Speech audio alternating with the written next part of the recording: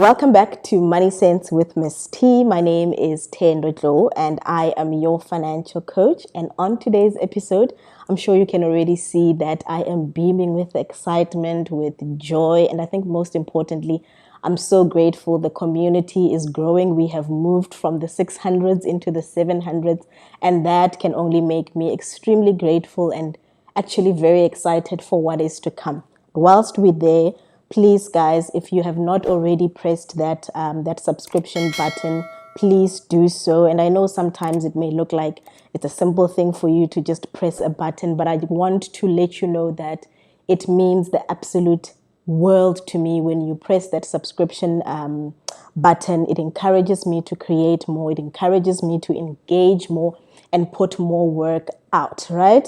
And on that note, guys, I found that the community is growing, but it is also growing in terms of engagement. And from the last episode that I launched around relocating to the UK, I found the engagement levels very high, which is why I decided to do a part 2 to the relocation series. And basically it was because like you guys really came full force. I actually remember a lot of you guys either sending me a voice note, very long voice notes by the way, or text messages or DMs on either Instagram and Facebook, just thanking me for basically, opening your eyes and your ears to things that you may not have necessarily known. And what I'm really, really grateful for is for those people that came up and said, hey, I've also just relocated to the UK, or I've been living in the UK for the past 5 years or for the past 20 years. And here is my 2 cents or my 5 cents worth of insight, right? That can actually help someone. But on the other hand, I also got a few people who are actually on some, hi, Bo, but why are you being a gatekeeper? Why are you being an enemy of progress? We also want to experience the international landscape. We also want to get international experience. And I feel like it came from a place of, or rather it landed as though I was discouraging. And if you felt that way, the point was not to discourage, but the point was to raise your level of awareness. The point was to get you to just heighten your level of sobriety when you are considering making the move from a developing country or from an underdeveloped country to a first world country. Because I think the view that we all have when we are coming from developing into a developed or a first world country is that we are going to solve all of our load shedding, all of our, our pothole problems in these countries that we come from. And we are going to get, or arrive at it in the land of milk and honey, or arrive and basically live our American dream or our English or British dream. Is there even an English or British dream, right? But I think it was just to say, hey, it might just be that you need to understand that it's not going to solve all your problems, but it might just be that you need to be aware of the merits and the demerits of this decision, and that for the most part, it's trade-offs. And on the first list, we've got safety and security feature. And this one is specially brought to you by the parents, the young moms and dads who have left home in Africa and are now living in the UK. And before we continue, please just make sure that you have watched part 1 of the relocation series, and this is now part 2, right? Just so that the story flows properly. And I think for me personally, I am particularly very grateful that we get to live in a country where we don't have safety and security concerns, like is the fact, or like is the case back at home. Like here you can really, really like access many different spaces, whether it's in the comfort of your home or outside in a very safe and secure environment. What do I mean? You can walk around freely in this country at any point in time, right? Whether it's during the day or at night, and you will feel safe. You will not feel in any way that you are threatened, and you will not. I actually don't even see the need for me to exercise, high levels of vigilance when I am in this country. We can, access parks, we can access public spaces, shops, even public transport freely from a place of, I know that I'm taken care of. I know that I'm safe. I know also that my kids are safe. My kids can play safely without me having to constantly be watching them. I mean, I feel like I watch my child because my child is still 2 years old. But in the main, parents feel like that is one of the greatest wins for having moved this one. And I think the encouraging part about the safety and security feature is that it doesn't necessarily come at an extra cost, right? And it doesn't matter where you live in the country, right? We are all sort of singing from the same hymn book saying we are accessing great levels of safety and security, which I think if I was to compare with safety and security features back at home, right, it would look significantly different. It would require you to spend an extra rand or so for you to access certain levels of safety and security, like, living in a gated community, living in a community where maybe there are security guards that patrol, the street, or you have a guardhouse, or you have high walls, electrical fencing, as well as an alarm system in your home. And all of that comes at a cost. Whereas here, whether you are in the comforts of your home or you are in public spaces, you generally feel safe and secure. But the nice part is that you're not incurring extra costs to enjoy that level of safety and security. These things that I have cited as benefits for that come with the safety and security features, especially the when you are outside, like the ability to take your children to the park or take walks up and down, and it's safe and stuff. We can really only enjoy those things for a very small period of time in this country, because in the main it is extremely cold and it is wet because it is raining, although it's not the kind of rain that is thunderous like is the case back at home. And again, we have issues of daylight saving where, like right now in the winter, as soon as it hits 4 p.m., the sun is going down, right?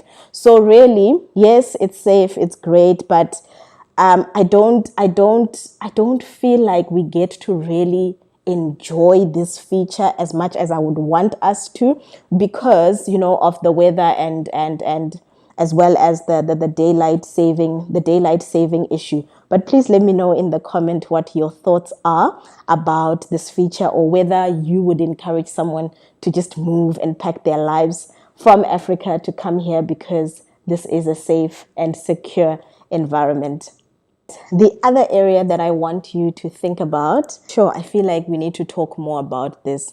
And it's based on a paper that I stumbled across. I love reading papers that speak about wealth generation or generational wealth and financial education and literacy and stuff. And this particular one was titled Economic Outcomes for Minority Groups in England. So that's Africans, Caribbeans, Indians, Chinese, etc. And the topic was centered around why Africans that immigrate to the UK or to England struggle to build wealth or to achieve financial wellness as immigrants, right? And they cite a lot of reasons, but top five of those reasons were: number one, immigration costs, right? The cost of immigrating, and obviously coupled with that is what do you call this, the costs to then eventually naturalize, which is the one thing that I mentioned in that previous video, that it's one of the things that delay us starting to reach certain milestones like property ownership, because you want to balance between owning property and actually being allowed to live here to live here freely, to live here without limitations, to live here without needing to be renewing visas, etc. Yeah. And then the other area was upfront costs when you leave your home country and you are relocating. And again, this is dependent on your circumstances, and it's not always the case that people are sponsored when they come this side. But if you're doing it on your own, you incur a lot of relocation costs. You are having to do away with the assets that you have left back at home, and again, you're having to incur a few costs when you get here until you get to a place where you have settled, right? So accommodation, just as an example, until you are able to settle into your apartment or your house. Security deposits that are coupled with that, as well as transportation to get you here in the first place. I think this one is actually a biggie. General upkeep. When I think about our general upkeep as immigrants in this country, is whenever we think of going home, versus other ethnic groups, no, not even versus other ethnic groups, just as an immigrant, right? When we think of going home, I'm not taking a flight to Cape Town, or I'm not driving home for 6 hours from Johannesburg to Musina. No, it's a big financial transaction such that I can't just leisurely decide that, okay, I'm going home, right? Because there is a very big financial implication that comes with me wanting to go home. So the other one is black tax. Black tax. You guys, this is actually such a sensitive topic, and I want to map it out slowly. I was actually thinking of doing a series on black tax and how we can start thinking about how to address it and how to deal with it, because I think for most of us we are having to deal with it on a month to month basis, right? And black tax again is cited as one of the reasons why Africans in the UK are not achieving financial freedom or are not able to build wealth for themselves and for the generations to come. And I think I want to look at it from two angles, right? The angle that says when we leave our homes as Africans and we are coming to the UK or we are coming to an America, right? The view is usually from a place of I'm moving from a developing to a first world country, right?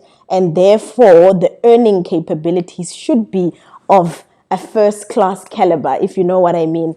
But then you get here and you realize that so are the costs, so are the running costs that are going to afford you the opportunity to live here comfortably, right? So yes, the earnings has increased, but also the costs have also increased. And also the view by your parents, by your siblings, by the people that are dependent on you or reliant on you for financial support. They also have the same view about your life when you move from home and you come to an America or you come to a UK or Australia, right? But then you get here and you realize that actually my costs are just as much. And in as much as right now it looks like I'm able to send more back home, it's not because it's not because I'm really, really earning that much more, but it is usually because of the strength that comes with the currency, right? Like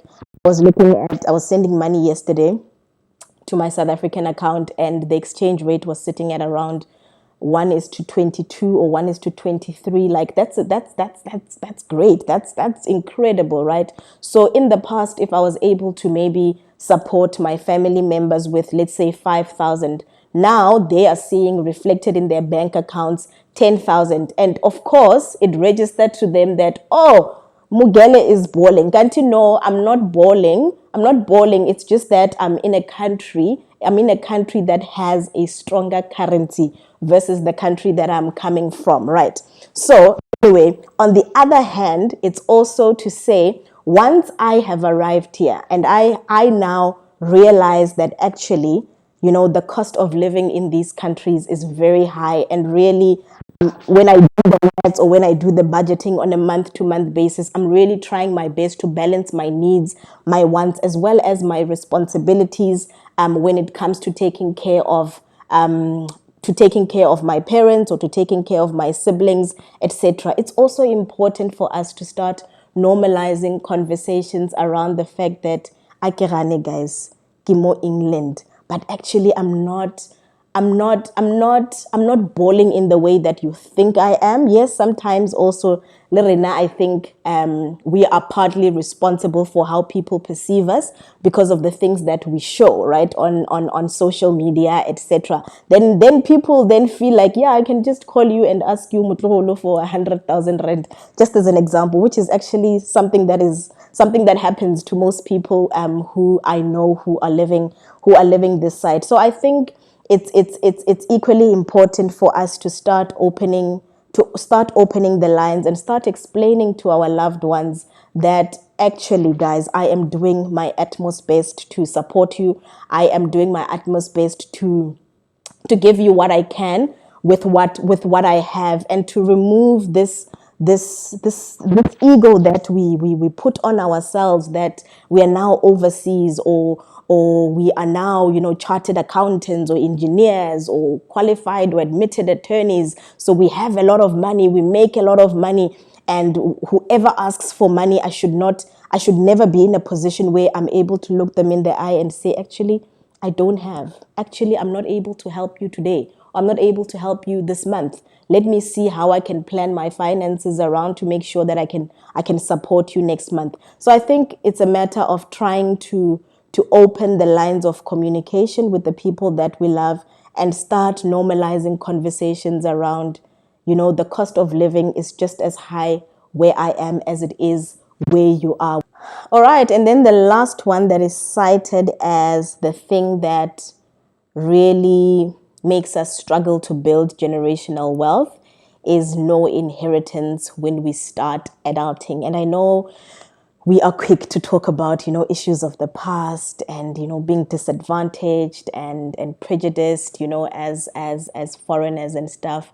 But when I read this, I just realized, or rather it got me thinking, and I actually even discussed it with my husband to say, but okay, having read this, what am I doing? What am I doing as a first generation immigrant in this country to make sure that my children and my children's children are taken care of financially? And actually, this brings me to the series that I did in the previous installments, that was centered around investing in our children's financial future. Because guys, whenever I meet young adults in this country that are born and bred here or of British descent, right?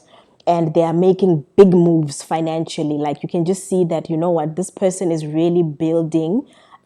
This person is really starting, or rather starting to climb the ladder around building wealth for generations to come, like buying properties and starting businesses and investing here and there. Whenever I ask, guys, you guys have just started working, or you guys have barely done anything in life, but already you're making these big moves. And most of them, if not 90% of them, cite the fact that, no, my grandmother or my grandfather left me 20,000 pounds, just as an example, right?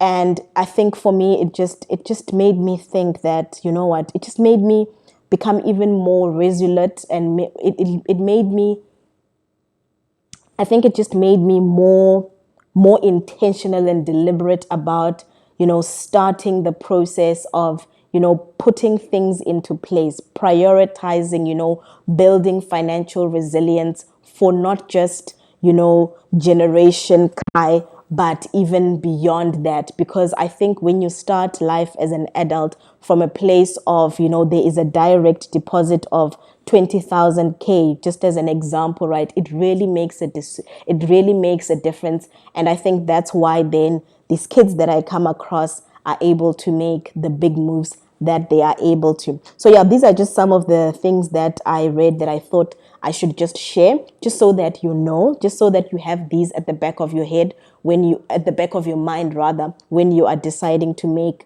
the move here. That, yeah, there are some things that are going to be delayed because a very big part of your life is sort of like delayed. And I don't want to use that, because it's almost landing very negative. But a lot of your financial milestones will be delayed because you're chasing the British passport, just as an example. You're chasing naturalizing and settling in the country that is not your home country. So the other area that you want to consider or think about is income, right? Single or dual income.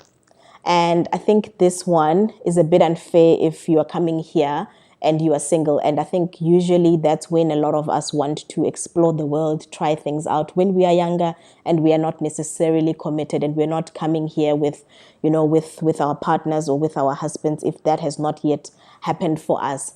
But yeah, the people who are living in combined income homes here are saying that, yeah, although the cost of living is high, right, two incomes is definitely better than one, because the costs are going to, in general terms, stay the same, right?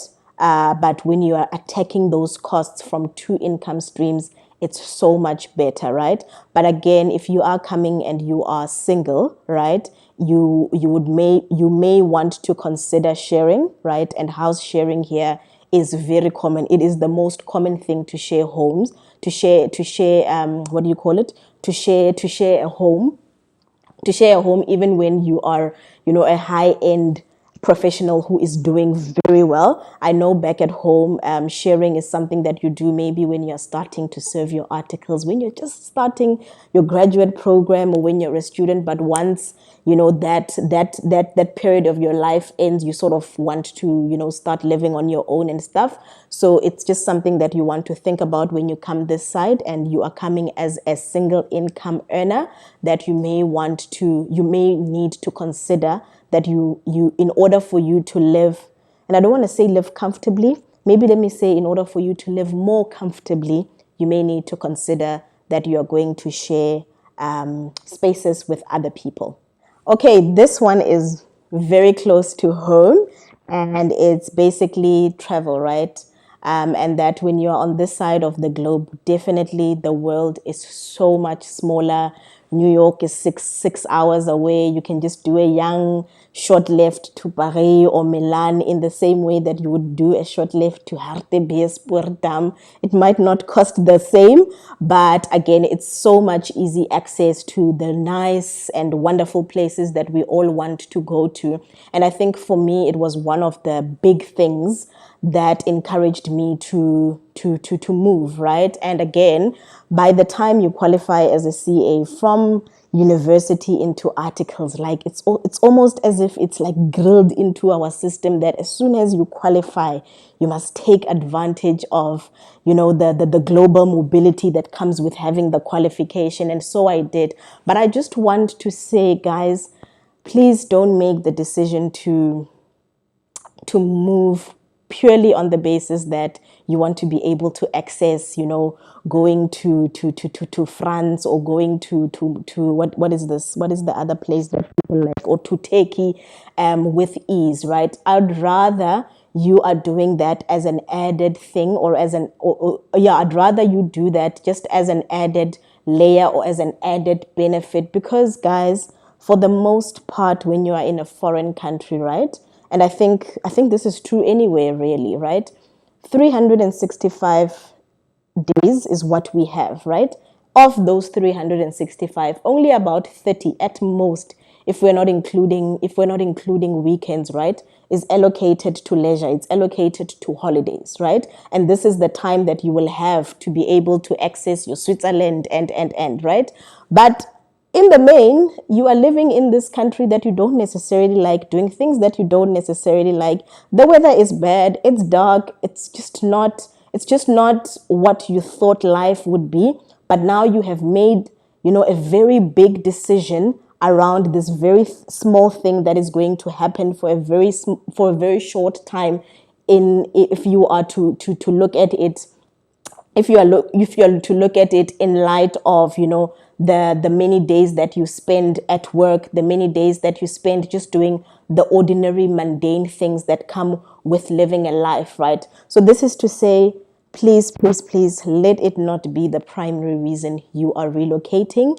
I know the Instagram snaps are amazing. I know, like, they are the ones that really encourage us to work hard and do the things we want to do. But please, guys, it's it's just going to be too disappointing for you to come here and realize that actually, yes, I have access to global markets with ease, but I'm actually at the core of things, I'm not fulfilled. I'm not doing the things that I want to do or that I thought I would do.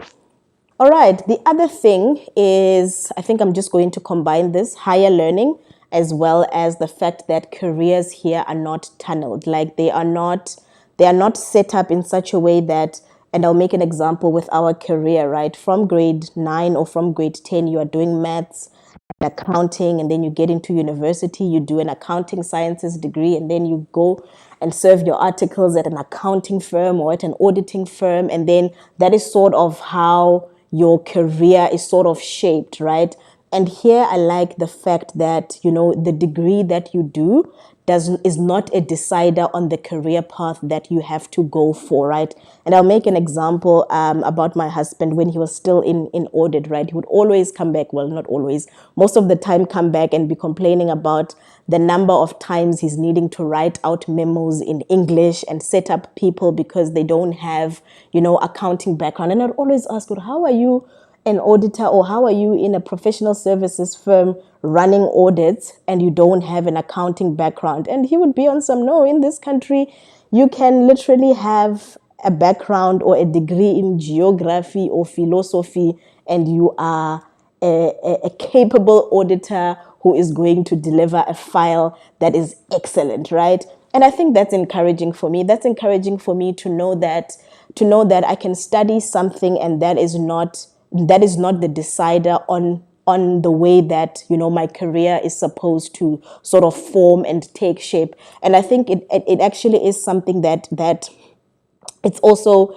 a mindset that I think I like and appreciate about this country. Because if I think about my journey of being retrenched and coming of being retrenched in the US and coming here and needing to now for the very first time think through what I can do, right? That is not centered around the degree that I actually got from WITS, or that is not centered around the certificate that I got from SICA to say that I'm a chartered accountant. It was a very difficult exercise to just pivot, to just think differently about what I can do with my skill sets, to think differently about what I can do with my gifts and my talents, because at home, careers are usually shaped by the degree, or they're dictated by the degree that you go about doing, right? And then the other thing around the benefits of being in this country, if you're someone who is interested in academia and you want to study, is that there are many universities in this country. I think in South Africa we are under 30 in terms of government universities, and then in the UK there are more than 100 universities, and this obviously opens more opportunities for you to be able to step into these universities and study whatever it is that you want.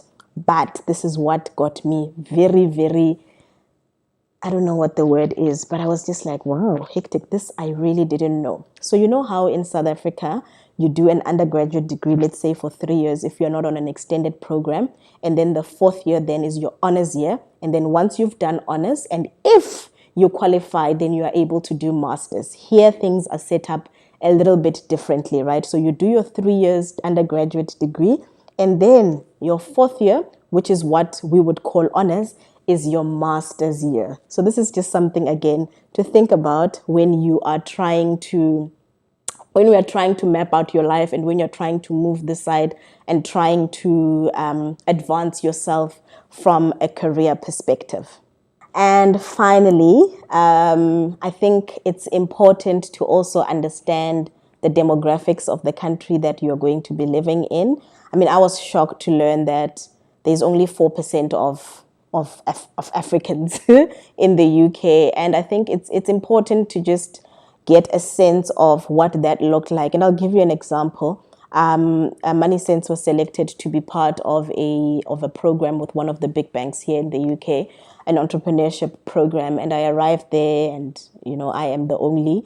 And I come back and I'm just so frustrated, because I think we just naturally gravitate to people that look like us, or people that come from where we come from, right? And it's easy to land, and it's easy to connect in that fashion. And I remember just complaining to my husband, like, but where are the black people, in this country? And he's just like, babe, remember, there's only 4% of us. And I think it's so important to understand that, if you're going into corporate, to speak to the people that are in that country, that are in corporate, and ask them what their struggles are, and ask them how they're navigating those spaces, because it is important. You're going to be spending 8 hours of your life in a work environment, and I think it's important for you to be aware of those challenges, because I feel like if you're coming from an Africa, if you're coming from a South Africa, chances are you're working in an environment where there's a lot. I mean, if I think about my articles cohort, for instance, I did not struggle with making friends. I did not struggle with, having people that looked like me and to connect with and to get help from, right? Which makes your career path or your career mapping easier when you've got people that you're doing life with and people that you can leverage off. So yeah, so understand those dynamics and gear yourself up for what's coming, because yeah, you are in most cases going to be someone who just sticks out like a sore thumb, unfortunately. And again, I always think about my child's situation, that again, when he goes to nursery, when he goes to primary school and high school, if we are still in this country, again, he's going to be, in the minority. What does that mean for him? And this is something that we are actively looking into, and, talking to other parents to say, how are you dealing with these things? Because these are important things to consider when you are moving from your home country. And guys, if you found this helpful, please let me know in the comment section. If I left anything out, please do not hesitate to let me know. Let me know what you liked about this. Let me know what resonated with you with regards to this. My alarm clock has just gone off. And please do not forget to subscribe and push that notification bell so that when the videos come out, you are the first person to know. Thank you so much for your continued support. I'll see you next time.